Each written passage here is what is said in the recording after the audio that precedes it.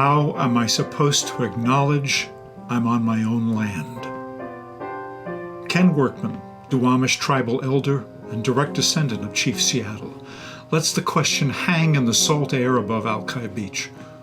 He stands at the monument erected in 1905 to mark the arrival of the first white settlers of what would become Seattle.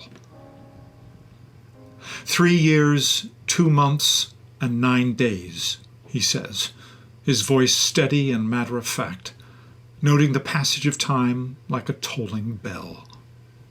3 years, 2 months, and 9 days, Workman repeats. That's how long it took from the moment my great-great-great-great-grandfather, Chief Seattle, said, "Come ashore, my friends, onto this ancient land of the Duwamish. You are welcome here," to the signing of the Point Elliott Treaty, removing the Duwamish from their land forever. This year marks the 175th anniversary of that landing. West Seattle filmmaker B.J. Bullert's new documentary, Unrecognized, traces the removal of the Duwamish from their home and its long aftermath. She says there were only 3 ways for indigenous people to survive: to move to a reservation set aside by the federal government, to intermarry and collaborate with the newcomers, or to retreat to remote areas and remain Duwamish. Unrecognized illuminates what Bullert, whose husband is Workman, calls an archaeology of memory, the layered, largely invisible history of a people whose presence shaped this place for millennia before a single timber was felled for the Yesler Mill. And this dispossession of a people, the loss of their land, the suppression of their sovereignty is, says historian David Berge, Seattle's original sin. It continues today.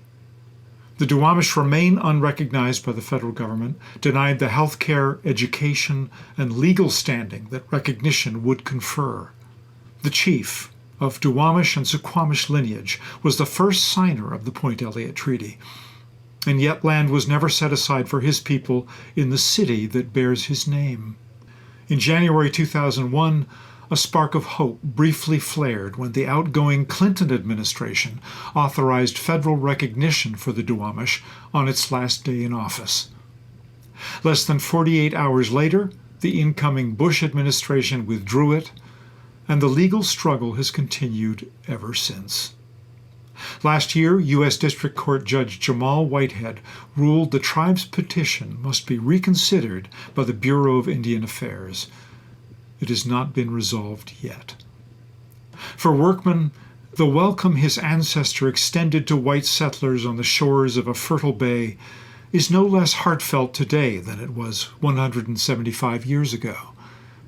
After all the long and painful years that followed the Point Elliott Treaty, perhaps the original invitation, so freely given, so incompletely returned, might yet be recognized. In our first then photo, several blocks from Alki Point on November 13th, 1905, Lenora Denny from left, Carson Boren, Mary A. Denny, Roland Denny, and Mary Lowe Sinclair, members of the original Alki Landing Party, dedicate a granite obelisk marking their 1851 arrival.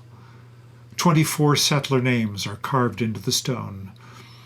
No Duwamish names appeared at the time. In our second then photo, indigenous workers gather outside of Yesler's Cookhouse on Commercial Street, now First Avenue South, circa 1860. Built in 1852 by Dr. David Maynard, the Cookhouse was the first public building in Seattle. Coast Salish peoples, here for millennia, found themselves laborers at the heart of a city built to replace them. In our third then photo, the signature page of the Point Elliott Treaty, signed January 22, 1855. Territorial Governor Isaac Stevens signed above. Chief Seattle's mark, an X, appears below, identifying him as chief of the Duwamish and Suquamish tribes. Today, Ken Workman, tribal elder and descendant of Chief Seattle, stands at the Alki Monument in 2026, 175 years after his ancestor welcomed settlers ashore, and 25 years after the federal government briefly recognized the Duwamish before withdrawing that recognition within 48 hours. In 2001, the Southwest Seattle Historical Society affixed a plaque to the monument to honor the chief, his tribes, and his 1851 welcome. In our second Now photo, Workman delivers a land acknowledgement before a December 21st, 2023 Macklemore concert in Seattle, accompanied by Duwamish tribal member Maggie Cooper. As he has in many such invocations he's given at gatherings across the city, he notes that the trees, hills, and houses of Seattle contain the DNA of his ancestors.